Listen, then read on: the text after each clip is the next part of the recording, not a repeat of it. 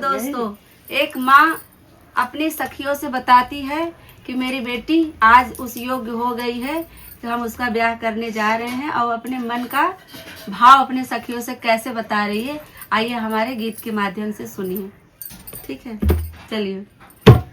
दुल्हन बनी दुल्हन बनी दुल्हन बनी दुल्हन बनी दुल्हन बनी सखी दुल्हन बनी, आज मेरी बिटिया दुल्हन बनी, आज